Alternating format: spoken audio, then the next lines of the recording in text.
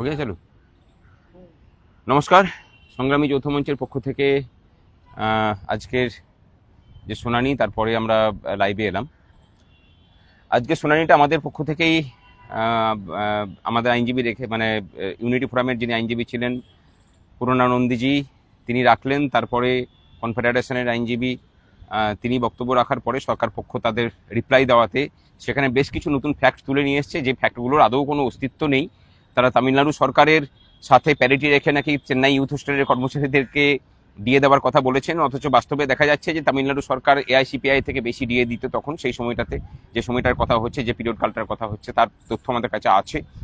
এবং তাছাড়া বিভিন্ন ধরনের মিথ্যাচার তারা করেছেন এবং বিভিন্নভাবে গুলিয়ে দেওয়ার চেষ্টা করেছেন। অনেকে হয়তো মনে করছেন যে তার দ্বারা প্রভাবিত হবেন এবং হয়তো মামলা ঘুরে যাবে।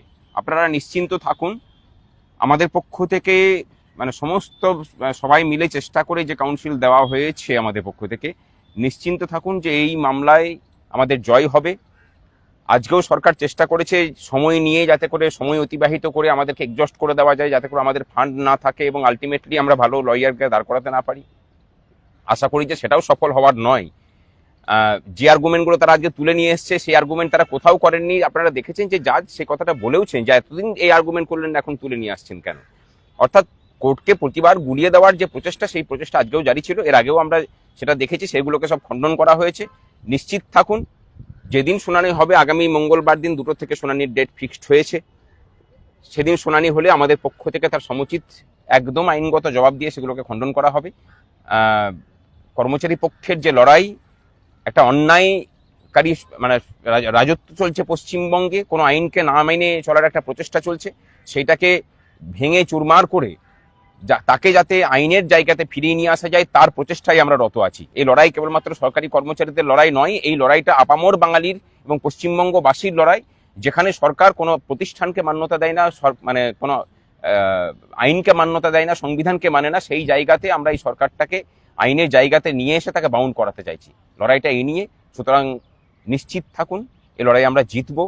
পরের দিন শুনানির জন্য আমরা প্রস্তুত। আমার সাথে আমাদের আইনজীবী বিক্রম ব্যানার্জি আছেন। একটা নতুন পয়েন্ট ওরা তোলার চেষ্টা করছে যে রোপাতে এই এন্টাইটেলমেন্ট অফ ডিয়ারনেস অ্যালাওয়েন্স নেই, এটা দুটো ক্ল্যারিফিকেটরি মেমোরান্ডামে আছে। সেটা নিয়ে আজকে জজ সাহেবরাও আপনারা দেখেছেন কোর্টে বলেছে যে এই পয়েন্ট তো ট্রাইব্যুনাল বা হাইকোর্ট কোনো সময় তোলা হয়নি, শেষ সময় এসে তোলা হচ্ছে। সেটার জবাব আমাদের কাছে রেডি আছে, যেটা আমরা যখন প্রকাশ্যে বলছি না, আমরা যখন হিয়ারিং করব তখন আমরা জানিয়ে দেবো। কারণ এখনো কপিল সিব্বাল স্যারের বলা এখনো শেষ হয়নি, তা ওনার জন্য মঙ্গলবার দিন আবার উনি বলবেন। আর যেটা নতুন অন্য বেঞ্চ আছে বলে জজ সাহেবরা ছেড়ে দিয়েছেন, মঙ্গলবার দিন উনি বলার পরে আমাদের রিটেন নোটস অফ সাবমিশনে আমরা যেটা বলার আমরা সেটা জমা দেবো, প্লাস আমরা কোর্টের কাছে যেটা ক্ল্যারিফিকেশন দেওয়ার দেবো। কারণ আমার যেটা দেখে মনে হয়েছে সরকারের, আমি আবারও বলছি প্রথম থেকেই যেটা আমি স্টিক এই লাইনে ছিলাম, যে সরকারের ডিলেটরি ট্যাকটিস যেটা, সেই ডিলেটরি ট্যাকটিস ছাড়া সরকারের আর কিছু করার নেই। কখনো সরকার এটা মনে করছে যে আমরা টাইম নিয়ে ডিলে করব, কখনো এখন যে ট্যাকটিসটা নিয়েছে সেটা সরকারি ট্যাকটিস, অবশ্যই সেটা সরকারের ইনস্ট্রাকশনে হচ্ছে। সেটা হচ্ছিল যত পারবো আর্গুমেন্টটাকে বড় করে যাব, নতুন নতুন নতুন নতুন পয়েন্ট তুলতে থাকবো, যতটা ডিলে করা যায় এই চেষ্টা সরকার করছে।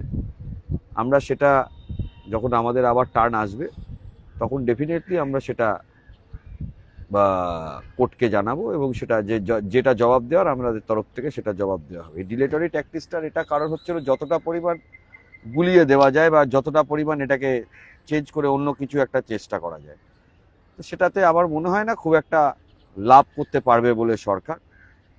জজ সাহেবরা সময় দিয়ে মামলাটা শুনেছেন, যথেষ্ট সময় দিয়েছেন। এর জন্য আমি সুপ্রিম কোর্টকে